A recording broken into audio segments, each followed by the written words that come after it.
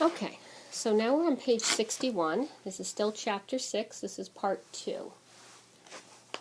How do we know that's hers? It could have been dropped by anybody, one of the police officers objected.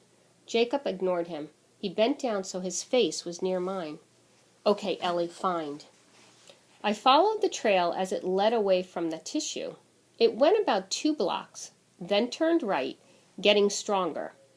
At a driveway, it made another sharp right turn and took me through an open gate. And there she was, sitting on a swing set, moving gently. Her small feet just brushed the ground. There was a real sense of happiness flowing from her, and she seemed glad to see me. "Hello, doggie," she said. Somehow her voice sounded far away, even though she was only a few feet from me. I ran back to Jacob. His excitement surged the moment he saw me. He knew that I'd done my work.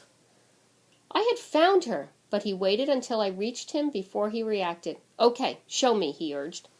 I took him to the lady on the swing set, and I felt his relief the moment he stepped through the gate. "Are you Marilyn?" he asked gently. She tipped her head to one side, looking at him. "Are you Warner?" she replied.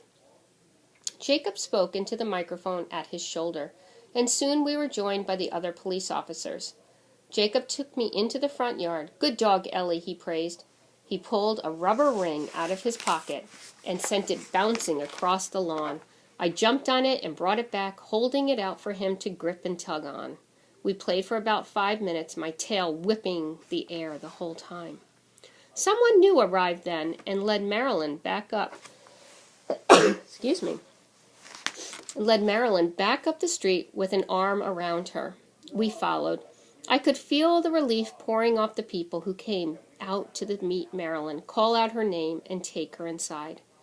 She'd been in some kind of danger, that far-away, gentle lady named Marilyn. I understood that now. By finding her, Jacob and I had saved her.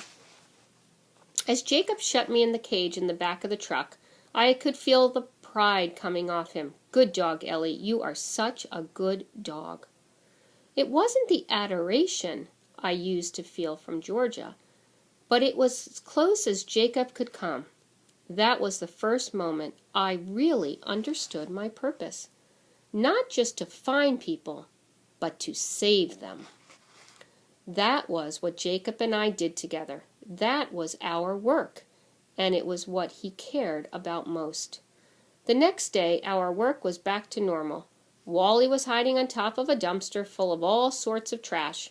Some of it smelled delicious, some smelled awful, but I was still able to pick out the Wally smell. He couldn't fool me. When work was done, Jacob stopped by a store and picked up some sweet-smelling flowers. To my surprise, we didn't head home. Instead, we drove and drove and drove. It took so long that I got tired of holding my nose up to the wire mesh of my cage. Usually I loved the rush of smells that poured over me when I rode in the truck. It was hard to believe that when I was just a puppy, I'd been frightened of it. I loved it now. The smells came and went so quickly that I couldn't tell them apart, but it felt wonderful just to let them wash over me. But I got tired of that at last, and lay down on the floor with my head on my paws, waiting for the trip to be over. When Jacob came to let me out, there was a heaviness in him. Whatever was hurting him inside seemed stronger than ever.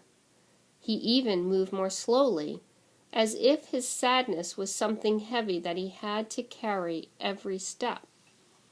I hopped down out of the truck. We were in a big yard filled with smooth stones that stuck up out of the soft grass. Not sure what we were doing, I stayed close to Jacob as he walked away from the truck carrying his flowers. Was this work?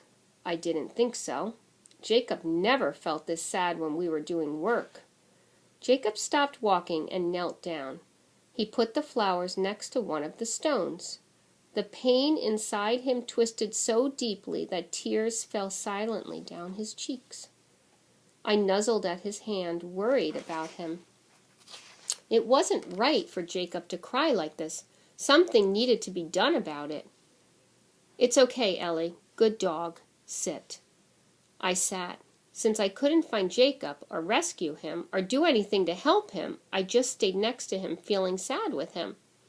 He cleared his throat. I miss you so much, honey. Sometimes I don't think I can get through the day knowing you're not going to be there when I get home, he whispered hoarsely. I lifted my ears at the word home. Yes, I thought, let's go home. Let's leave this sad place. But Jacob didn't move, and he kept on talking. I'm on K9 patrol right now, search and rescue. I've got a dog. Her name is Ellie, a 1-year-old German Shepherd. And I wagged my tail. You'd like her, honey. I wish you could have met her. She's a good dog, she really is. I wagged harder, but Jacob didn't seem to notice me, even though he said my name and good dog. We just got certified, so we'll be going out now. I'll be glad to get off the desk. I've gained about 10 pounds from all the sitting, Jacob laughed, and the sound of it was so peculiar it nearly made me whimper. It was such a sad, tortured little laugh with no happiness in it at all. We stayed there, hardly moving at all, for about 10 minutes. Jacob seemed to like one of the pieces of stone sticking up out of the ground, hard and cold and motionless. Slowly, the feeling I could sense in him shifted. It was less raw pain and more of a feeling sort of like fear. I love you, Jacob whispered. Then he got up and walked away. I followed closely at his heels. So where do you think they just were? If you're thinking they were in a cemetery, you are correct.